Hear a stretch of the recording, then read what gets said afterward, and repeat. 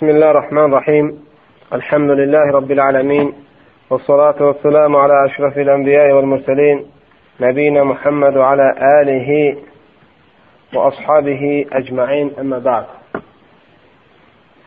Bugünkü dərsimiz Böyük Günahlar kitabından İmam Zahəbinin Böyük Günahlar kitabından son dərsidir. Və bununla bu İmam Zahəbinin Böyük Günahlar kitabını bitirmiş oluruq Allah-u Teala'nın izni ilə. Allah Teala'dan istəyirəm ki, imanla, ixlasla bu kitabı bitirənlərdən etsin. Allah Teala'dan diləyirəm ki, oxuduqlarımızı və öyrəndiklərimizi əməl edənlərdən etsin.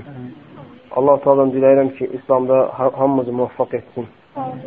Allah Teala bizi haqqı bilib üstdən keçənlərdən eləməsin. Allah Teala bu ümmətə hidayət versin və kitab ucundakı xatimə nəsib etsin. Allah Teala bizlərə haqqı tanıyıb ondan çəkinməyi nəsib etsin. Və nə haqqı tanıyıb ondan çəkinməyi etsin və haqqı tapıb ondan tutanlardan etsin. Son hədislərdəyik. Həmçinin İmam Zəhəbi gətirir İmam Müslimdə gələn hədisi. Cəbir ibn Abdillah radiyallahu anhumanın hədisini Peyğəmbər s.ə.v buyurur. İttəquz zulm fə innə zulmə zulümatun yevməl qiyamə və ittəquz şuh فإن الشح أهلك من كان قبلكم حملهم على أن سفكوا دماءهم واستحلوا محارمهم. Peyğəmbər s.ə.v deyir, zülm etməkdən qorxun, zülm etməkdən çəkinin, haqsızlıq etməkdən çəkinin. Bu, zülm haqqında xatırlayıram ki, müstəqil xütbə olub, zülm haqqında müəyyən ayətlər zikr olunub və bu dərsdə bu haqda uzatılacaq. Lakin qısa olaraq bildirirəm ki, zülm dillə də ola bilər, zülm əllə də ola bilər, zülm alətlə də ola bilər və adicə işarətlə də zülm etmək olar. Adicə namaz qılan insanı bəzi cahillər görürsən ki, qaşla, gözlə lağa qoyurlar. Bu da o dindar üçün zülmdür. İnsan haqqında qeybət eləmək, pis sözlər danışmaq zülmdür. İnsana iftira eləmək, böhtan eləmək zülmdür. İnsanın haqsız yerə malını, haqqını yemək zülmdür. İnsanı vurmaq haqsız yerə zülmdür. İnsanın qadınına qarşı gözəl rəftar eləməməsi, valideynlərinə qarşı gözəl rəftar eləməməsi zülmdür. Şirk qoşmaq, ən böyük zülm elə şirk qoşmaqdır. Nəyə görə Allah-u Teala Loğman surəsində buyurur ki, İnnə şirkə lə zulmun azim. Həqiqətən şirk böyük zülmdür. Zülmlərin başı, ən böyüyü Allah-u Teala ortaq qoşmaqdır. Nəyə görə? Çünki kim Allaha ortaq qoşarsa, o insan ən böyük zalim insandır. Özünə ən böyük zülm eləmiş insandır. Nəyə görə? Çünki o insan əbədi cəhənnəmlikdir. Əbədi cəhənnəmlikdir, subhanallah. Heç zaman cəhənnəmdən çıxmayacaq. Heç zaman. Nə orada yanıb kül olmayacaq, nə torpaq olmayacaq, nə əzabı yüngülləşməyəcək, nə heç vaxt cənnətə girməyəcək, nə cənnət əhlinin, cənnətin iyini belə duymayacaq, subhanallah. Görün, şirk nə böyük günah. Bugün də elə İslamı iddia edənlərə baxsaq, İslamı özünü nisbət edənlərin çoxsuna baxsaq, elə şirkdən uzaq deyil. Görün, hətta bəzi insanlar, subhanallah, şirk qoşmaq ən sevimli ibadətləri olur. Hətta şirki insanları yaymaq üçün gecə-gündüz vaxtları, hətta kitablar yazırlar. Çünki ən böyük vəsilə insanı şirk elətdirməyə bidətdir. Bidət insanı xırda-xırda aparır, şirkə çıxardır. Yəni, çətindir insan birbaşa Allaha ortaq qoşsun, yəni birdən-birə xeyr. Xırda-xırda, axırda gedib Allaha ortaq qoşmağa çıxır. Ona görə Allaha ortaq qoşmaq ən böyük zülümdür. Bu ayət endikdə, Loğman surəsindəki ayət, İnnə şirkə lə zulmun azim. Abu Bakr radiyallahu anh, Abdullah bin Məsud radiyallahu anh, ya Resulallah, hansımız nəfsimizə zülm etmirik? Yəni, elə bir insan var ki, özünə zülm etməsin. Sən günah qazanmağın zülmdür özünə. Özünə zülm eləyirsən. Özünə zülm eləyirsən. Günah qazanmaq. Deyirlər, Abu Bakr, Abdullah bin Məsud və s. başqa sahabələr də həmçinin dedilər, ya Resulallah, hansımız yox biz özlərimizə zülm etməyən? Peyğəmbər s.ə.v ki, Əbu Bakır, elə deyil. Yəni, siz bildiyiniz kimi deyil. Yəni, hər hansı bir günah o daxildir bu ayətə. Deyir, bu ayətdə qəsd olunan nədir? Şirkdir. Bu ayətdə qəsd olunan sadəcə və sadəcə şirkdir. Ən böyük günahdır. Ona görə Allah Teala Nisa surəsinin 3-cü ayətində hatırlayır. 8-ci ayət. Allah Teala buyurur ki, Allah Teala'nın əsla bağışlamaz. Əsla Allahın haqqıdır. Rububiyyət, uluhiyyət, əsma-ı sifət. Bunların heç birini Allaha aid olan şeyləri Allah Teala heç vaxt razı qalmaz ki, başqa bir məxluqata təsarrufda bulunasan və yaxud onu bir başqa bir məxluqa işlədəsin. Allah da razı qalmaz ki, qul etiqad eləsin ki, Allahdan başqa yaradan var, Allahdan başqa rızq verən var, Allahdan başqa idarə eləyən var kainatı. Allah da razı qalmaz ki, özünə aid olan sifətləri məxluqlarına deyilsin. Allah da razı qalmaz ki, özündən başqasına ibadət olunsun. Heç vaxt. Ona görə şərik qoşmaq Allahın haqqına girmək demək. Peyğəmbər s.ə.v buyurur, İttəquz zulüm, zülümdən çəkinin, qorxun zülüm etməkdən. Peyğəmbər s.ə.v həmçinin Muaz ibn Cəbəl radiyallahu anh Yəmənə göndərdikdə ona belə xitab eləyir. Muaz ibn Cəbəl radiyallahu anh belə öyrədir. Bax, bütün dəvətçilər bu hədisə fikir verməlidir. Bax, bütün dəvətçilər bu hədisi öz həyatlarında, dəvət anlarında, dəvət yolunda özlərini bir düstur etməlidir. Peyğəmbər s.ə.v deyir, sən bilginən ki, xristiyan bir ölkəyə gedirsən. Ən birinci Peyğəmbər s.ə.v göndərdiyi dəvətçinin hansı bir qovma getdiyini bəyan eləyir. Ona görə alimlər bu hədisdən belə fayda çıxardır ki, dəvət eləyən adamın xəbəri olmalıdır kimi dəvət eləyir, kimliyindən. Xristiyandırmı, yahudidirmi və yaxud savadlı adamdırmı, savadsızdırmı, kimi dəvət eləyir, o insanı tanımalıdır. Bu hədisdən belə istinbat edirlər. Peyğəmbər s.ə.v xəbər verir ki, Muaz ibn Cəbəl hazır olsun. Yəni gedib bir yəni premoy geyib o problemlərin üzləşməməzdən qabaq ona xəbər verir. Deyirsən bir xristiyan bir qavmin içinə gedir. Əvvəl mə təd'uhum, ən birinci onları dəvət elədiyin şey nə olsun? Şəhadətən la ilahə illallah və ənni rasulullah. La ilahə illallah Muhammed Rasulullah kəlməsi. Başqa şey var? Xeyr. Sadəcə o insanları nəyə dəvət elə? Kəlmə təvhidə. Əgər onu elədikdən sonra onlara öyrət ki, Allah Teala onları gecə və gündüzdə 5 vaxt namaz nə edib? Fərz edib. Gecə və gündüzdə Allah Teala insanlara 5 vaxt namaz fərz edib. Əgər onu desələr, onlara bildir ki, Allah Teala onların mallarında haqqı, nisabı çatmış mallarında zəkat haqqı var. Allah onların mallarında zəkat haqqı qoyur. Onu çıxartsın. Varlarından götürülüb kasıblarına verilir. Sonra Peyğəmbər s.ə.v baxın hədisin arxasında nə deyir? Deyir, zülümdən çəkin. Heç kəsə zülm etməyin. Deyir, çünki zülm olunmuşla Allah arasında pərdə yoxdur. İttəqu də'vətəl məzlum. Zülmkarın, zülm olunmuş insanın duasından qorxuyla. Onunla Allah arasında pərdə yoxdur. Əgər o bəddua eləsə ki, məsələn, zülm etdiyin halda, o da zülm olunmuş halda, bəddua eləsə, mümkün deyir, onu Allah sana qəbul eləməz. Onun duasını qəbul eləməsin. Bu hədisin naxsına görə. Allah Teala onu qəbul edir. Mütləq sənin cəzan ya dünyada ya axirətdə veriləcək. Ona görə insan zülmdən daima çəkilməlidir. Peyğəmbər s.ə.v buyurur, İttəquz zulm. Zülmdən qorxun. Zülm etməkdən çəkilin. Haqsızlıq etməyin. فَإِنَّ الظُّلُمَ ظُلُمَاتٌ يَوْمَ الْقِيَامَةِ. Zülm etmək qiyamət günü zülmət olacaq. Qiyamət günü zülmət əzabların növlərindən biridir. Cəhənnəmin odu qapqara olacaq. Zülmət olacaq cəhənnəm. Bu dünyada odlar kimi olmayacaq, qırmızı rəngində işıq saçan. Xeyr. Peyğəmbər s.ə.v 1000 il cəhənnəm yandırıldı, hətta odu qızardırılırdı. Yəni qırmızı oldu odu. 1000 il təkrar yandırıldı, qızışdırıldı, ağardı odu. Ağ od, hamı bilir ki, qırmızı oddan daha içi yanır. Sonra Peyğəmbər 1000 ildə yandırıldı, qızışdırıldı və qapqara oldu cəhənnəmin odu. Ona görə cəhənnəmdə, axirətdə zülmətdə olmaq əzabların növlərindən biridir. İnsanlar var ki, qapqara zülmətdə cəhənnəmdə yanacaqlar.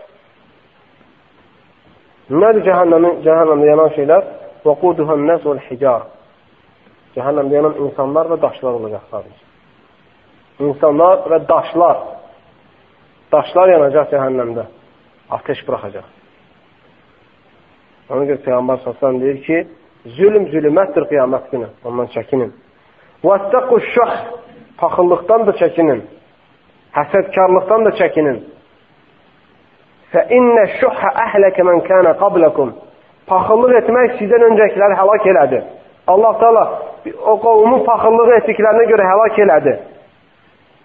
Həmələhum alə ən səfəku diməəhum. Onları məcbur elədi deyir. Onları götürdü ta bir-birinin qanını tökdülər. Vəstəhəllu məhəriməhum. Və onlara haram olan qadınları özlərinə halal etdilər. Paxıllıq ucubasında. Adəm Aleyhisselamın 2 oğlu. Adəm Aleyhisselam qızı bu oğlu ilə evləndirəcəyini dedi. O birisi qardaşının onu öldürmənin səbəbi nə idi? Həsəd, paxıllıq. O qızla özü evlənmək istəyir. Və məcbur etdi, qardaşını qanını tökdü, öldürdü. Keçmiş ümmətlərin həlak olmasına səbəb paxıllıq olur. Keçmiş ümmətlərin bəzilərinin. Həmçinin keçək ikinci hədis. Tirmizdə gələn hədisdə Peyğəmbər sallallahu buyurur. Allah lənət eləsin məclisin ortasında oturana. Bax, bu da İslami ədəblərdən biridir. Məclis zamanı belə, dərs zamanı, məclis söhbət zamanı Peyğəmbər qadağan eləyir ortada oturmağa gəlir. Allah lənət eləsin deyir, gəl bu ortada oturanı. İnsan həmişə fərqli şeylərdən çəkinməlidir. Yəni, cəlb edici şeylərdən. Elə bir paltar geyinmə ki, insanları özünə cəlb eləyəsən. Elə bir formaya girmə, insanları özünə cəlb eləyəsən. Xeyr, adi olmalısan. Adiləşməlisən. Başqa bir hədisdə, Əbu Davudda gələn hədisdə Peyğəmbər s.ə.v buyurur. Lakin bəzi alimlər bu hədisin zəif olduğunu deyil. Bu hədisin, onlardan biri İmam Buxari. Tarix-i Kəbir kitabında bu hədisi zəif görür. Peyğəmbər s.ə.v buyurur, İyyəkum vəl-həsəd. Həsədkarlıqdan çəkinin. Fəinnəl həsədə yəkulul həsənət. Həsədkarlıq insanın savablarını yeyir. Kəmə təkulun nərəl hadab. Necə ki, ocaq odunu yeyir. Ocağın odunu yediyi kimi də həsədkarlıq insanın savablarını, əcirlərini, xeyr əməllərini yeyir. Keçək o birisi hədisə, həmçinin. Buxaridə, Müslimdə gələn Əbu Cüheym radiyallahu anh hədisində Peyğəmbər s.ə.v bu hədisdə diqqət yetirin, əzbərləyin. Namaz qılanın qabağından keçməyi qadağan edir. Elm əhli ixtilaf edir. Namaz qılanda sütrə qoymaq vacibdir, yoxsa sünnətdir? İxtilaf edir ki, sütrə vacibdir, yoxsa sünnətdir. Bu barədə alimlərin 2 dənə rəyi var. Birinci rəy nədir? Sünnətdir. İkinci rəy isə vacibdir. Yəni, kim sütrəni tərk edirsə, günah qazanmış olur. Lakin ittifaq ediblər ki, namaz qılanın qabağından keçmək olmaz. Namaz qılanın qabağından keçmək olmaz. Baxın, Buxari və Müslimdə gələn hədisdə Peyğəmbər s.ə.v nə deyir? لَوْ يَعْلَمُ الْمَارُّ مَا بَيْنَ يَدَيِ الْمُصَلِّ مَاذَا عَلَيْهِ لَكَانَ أَنْ يَقِفَ 40 خَيْرًا لَهُ. Əgər qabağından keçməyin günahını bilsəydi, 40 olsa belə dayanardı. 40 dedikdə ola bilsin 40 gün və yaxud 40 həftə və yaxud 40 ay və 40 il. Bunu rivayət edən sahabə Əbu Cüheym radiyallahu anh deyir ki, daha bilmədim Peyğəmbər s.ə.v 40 gün mü dedi, 40 həftəm dedi, 40 ay mı dedi, 40 ilim dedi. Ən azından götürək 40 günü. Peyğəmbər s.ə.v deyir ki, qabağından keçən adam keçməyin günahının nə qədər olduğunu bilsəydi, hər yerə 40 gündür. 40 gün olsa belə onu oturub gözləyərdi, zato onun qabağından keçməlidir. Amma baxın, bəzi insanlarda adidir. Keçir qabağından sağa, sola. Ona görə namaz qılan adam nə etməlidir? Ən birinci sütrə axtarmalıdır. Sütrə arxasında namaz qılmalıdır. Bu hədisə görə sütrə vacibdir. Mütləq, lazımdır. Buxari Müslimdə gəlir hədis. Ən birinci harada girdin? Məsciddir, səhradır, nə bilim, öydür, evindir, eşiyindir. Hara getdinsə, birinci sütrə axtarmalısan. Sütrə nədir? Yəni, qabağına bir şey qoymalısan, ən azı 2 qarış hündürlüyündə, yoxsa 1 qarış və onun arxasında keçib namaz qılmalısan. Sütrə ilə öz aranı bir diktə qədər qoysan kifayətdir. Sütrənin o tərəfindən nə keçir, keçsin zərəli yox. Nə keçir, keçsin, sütrəni qoyduqdan sonra it də keçsə, hətta belə nəcis heyvanlar da keçsə, qadınlar da kişilər keçsə, zərəli yoxdur sənin namazına. Keçə bilərlər. Sən sadəcə sütrə ilə öz aranı qorumalısan. Mani olmalısan bütün oradan kim keçmək istəsə. Peyğəmbər s.ə.v baxın, həmçinin Buxari Müslimdə Əbi Səidin Xudri radiyallahu anhın hədisində gələn hədisdə buyurur. İzə sallə əhadukum ilə mə yəsturhu minən-nəs. Sizdən biriniz sütrə arxasında namaz qıldıqda fəaradə əhədun ən yəştəz beynə yedik və görsə ki, bir adam onunla sütrə arxasına keçmək istəyir, fəl-yədfə' fi nəhrihi. Onun döşündən itələsin qoymasın. Döşündən vur qoymayın. Fəin əbə fəl-yuqatilhu. Əgər yox, yenə inad edib keçmək istəsə, Peyğəmbər s.ə.v onu qoymasın. Vursun onu. Hətta onunla döyüşsün. Fəinnəmə huvə şeytan. Bilsin ki, keçən qabağından şeytandır. Yəni, fərz elə ki, sən namaz qılırsan. Bir qardaş da, buradan bir nəfər də qabağından keçir. O insanı bir dəfə qabağından döşündən vurdun, qanmadı. Yenə keçmək istəyir. İnatdaşdır. Sən qoymasan keçmək istəyir. Uca o insan şeytan hesab olunur. Şeytanın əməllərindən birini etdiyi üçün o insana şeytan adı verilir. Ona görə bilir, şeytanlar insanlardan da var, cinlərdən də var. Onların əməlini edən insanlar da şeytan deyilir onlara da. Çünki şeytan yalancı deməkdir. Şeytan yalancı deməkdir.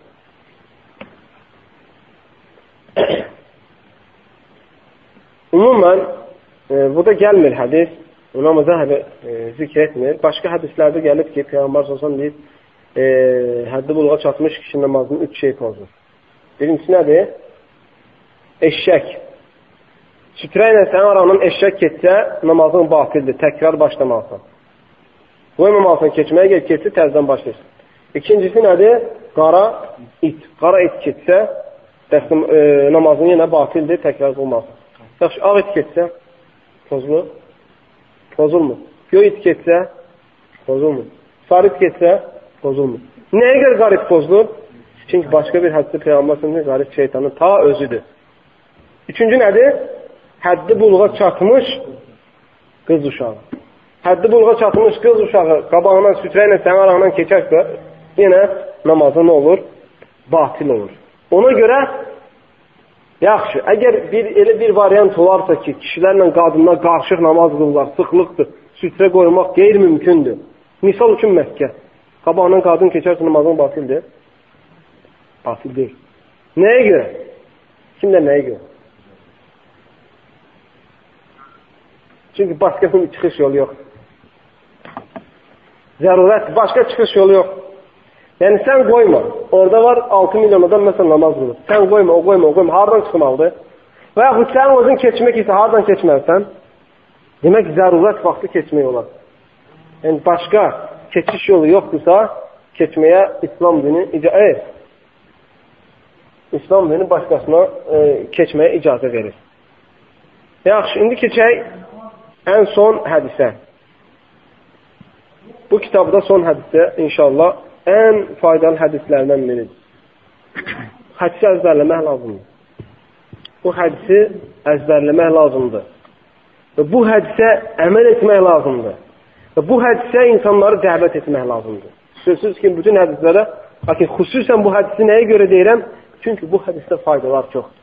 Yəni, istəyərdim ki, bir dənə dərsin bu hədisin ətrafında edək. Lakin, söz verdiyim kimi bu son dərs olacaq deyə bu hədisi qısaca açıqlamağa çalışır. Peyğəmbər s.ə.v Müslimdə gələn Əbu Hüreyrənin hədisində Peyğəmbər s.ə.v belə buyurur. وَالَّذِي نَفْسِ بِيَدِهِ And olsun nəfsim əlində olana. Peyğəmbər s.ə.v nəfsi kimin əlindədir? Allahın əlində. Bizim nəfsimiz kimin əlindədir? Allahın əlindədir. Budan birinci fayda nədir? Allahdan gerisindən düşmək olmaz. Sadəcə Allahın düşmək olar. Allahın adlarına, sifətlərindən düşmək olar. Allahdan gerisindən düşmək şirk. Peyğəmbər s.ə.v and olsun nəfsim əlində olan Allaha siz iman etmədikcə cənnətə girməyəcəksiniz. Sən Allaha və Peyğəmbərə, axirət gününə inanmadıqca cənnətə girməyəcəksən. Allaha imanın, Allahın əmrlərini yerinə yetirib, Allahın qadağanlarından çəkinməyin deməkdir. Peyğəmbər s.ə.və imanın, Peyğəmbər s.ə.v gətirdiklərini götürmək deməkdir. Axirətə imanın isə axirət üçün hazırlanmağın deməkdir. Peyğəmbər s.ə.v deyir, sizdən biriniz cənnətə girməyəcəksiniz ta iman eləmədikcə. Və sizdən biriniz iman etmiş olmazsınız ta bir-birinizi sevmədik. Onun görə müsəlmanı sevmək vacibdir. Müsəlmanı qədir qiymətə qoymaq vacibdir. Müsəlmana alçaq baxmaq, dəyərsiz baxmaq haramdır İslam dinində. İslam dinində heç kəsə varına, gücünə görə ölçü verilmir. İslam dinində ancaq insanların imanına, ixlasına, taqvasına, dində olan möhkəmliyinə görə insanlara dəyər, qiymət, mənzilət verilir. Ona görə İslam dinində müsəlmanı sevmək vacibdir. Müsəlmana hörmət etmək vacibdir. Qardaşın qaydına qalmaq vacibdir. Hətta başqa Buxari və Müslimdə gələn hədisdə Peyğəmbər s.ə.v buyurur, sizdən birinizin imanı kamil olmaz. Sizdən biriniz iman etmiş olmazsınız. Ta özünə istədiyini qardaşına istəmədik. Ona görə Peyğəmbər s.ə.v deyir, sizdən biriniz cənnətə girməzsiniz ta iman etmədikcə. Sizdən biriniz iman etmiş olmazsınız ta bir-birinizi sevmədikcə. Əvələ ədullukum alə şeyin izə fəaltumuhu təhabəbtum. Sizə elə bir şey göstərimmi? Elə bir şeyə sizi mən yönəltimmi ki, siz onu etdikdə bir-birinizi sevəsiniz? Yəni, bir-birimizi sevmiş olsaq, iman etmiş olacaq. İman etmiş olacaq, cənnətə girəcək. Nədir o şey? Peyğəmbər s.ə.v buyurur ki, sizə elə bir şey öyrədimmi ki, siz onu etdikdə bir-birinizi sevəcəksiniz? Sahabilər dedilər, bəli, ya Rasulallah. Peyğəmbər s.ə.v dedi ki, əfşus sələmə beynəkum. Aranızda salamı yayın. Deməli, müsəlmanlar aralarında salamı yaymaq bir-birini sevmələrinin ən böyük səbəbidir. Müsəlmanların aralarında salamın az olması aralarında nifrət oyanmağa ən böyük səbəbdir. Peyğəmbər s.ə.v əgər bir-birini sevmək istəyirsinizsə, neyin? Salamı aranızda yayın. Əfşus sələmə beynəkum. Əgər bir-birinizi sevsəniz, iman etmiş olacaqsınız. İman etmiş olsanız, cənnətə girəcəksiniz. Fərq var yaymaqla salam verməkdə. Peyğəmbər s.ə.v demir, bir-biriniz görəndə salam verin sadəcə. Xeyr, salamı yayın. El insanlar var ki, gün ərzində səni bir dəfə gördükdə, birinci gördükdə salam verir, sonra səni 10 dəfə görsə, daha salam vermir. Bir dəfə. Bu, cahillərin adətləridir. Qeyri-müsəlmanların adətləridir. Yəni, 2 dəfə salam vermək cahillərə görə qrexdir. Hətta bir adama gündə 2-3 dəfə salam versən, hər görəndə, bu dəlidir, bunda çatışmır. Amma elə olmamalıdır. Hətta sahabələr bir ağac aralarını ayırdıqda, təkrar biləcəkdə, yenə bir-birlərinə salam verərlərdir. Harada istəyən görüşsünlər, salam verərlərdir. Çünki salam vermək, müsəlmanlar öz aralarında salamı yaymaq, müsəlmanların mehribanlığına səbəb olur. Qardaşlıqlarını gücləndirir, imanlarını artırır. Müsəlmana salamı vermək. Və salamın ən xeyirlisi əllə və dillə olan salamdır. Yəni, ağzınla əssəlamu aleykum deyəsən, sonra eyni zamanda əlinlə də salam tutasan. Çünki Peyğəmbər s.ə.v deyir ki, ağzıyla əssəlamu aleykum deyir, əli ilə görüşən müsəlmanın günahı ağacdan yarpaq tökülən kimi tökülür. Ağacdan yarpaq necə tökülmür? Küləyə səndə. Sən müsəlmanın əl tutduqda günahların sən elə tökülür. Ona görə ərinməmək lazımdır. Nə qədər imkan olsa dillə, eyni zamanda da əllə görüşməyə çalışmalıyız. Hətta kiçiklər olsa belə, Peyğəmbər s.ə.v yoldan keçərkən balaca uşaqlara, kiçik uşaqlara salam verir, onlarla əl tutub. Bu, İslamda görün, təvazükarlığı göstərir. İslam dininin təvazükarlığa dəvət etdiyini göstərir. İslam dinində təkəbbürlük yoxdur. Müsəlman hər şeydə müsəlman olmalıdır. Hətta adətlərdə belə. Bəzi insanlar var, görürsən, sadəcə mala salam verir, pula salam verir, gücə, ada salam verir. Bu şeyler getdikdə isə salam vermir. Gələk müsəlman belə olmasın. Hamıya, hər kəsə salam versin. Bütün müsəlmanlara. Amma kafirlərə isə, xristianlara isə, yahudilərə isə salama sən başlamaq caiz deyil. Sən onlara salamla başlamaq Peyğəmbərin qadağan edin. Onlar isə salam verdikdə qulaq as. Əgər salamı doğru versələr, qaytar. Əgər doğru verməsələr, sadəcə və aleykum deyin. Sadəcə və aleykum deyin. Allah Teala'dan istəyirəm ki, danışdığımızı həsənət, savab dəftərimizə yazsın. Allah Teala'dan diləyirəm ki, biz öyrəndiklərimizə əməl etməyi ixlasla bizlərə nəsib etsin və onu bizlərə rahatlandırsın.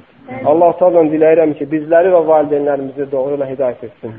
Allah Teala bizi və ailəmizi pis insanların şərrindən, böhtanından, fitnəsindən, bəlasından, xətasından Allah Teala qorusun. Allah Teala'dan diləyirəm ki, bizi və ailəmizi sehirbazlar, cadukarların şərrindən qorusun. Allah Teala'dan diləyirəm ki, bizi və ailəmizi cinlərin, şeytanların, insanların və heyvanların şərrindən, böhtanından, həsədindən və bütün pisliklərindən qorusun. Və sallallahu alə nəbinə Muhammed və alə alihi və ashabihi əcmaîn.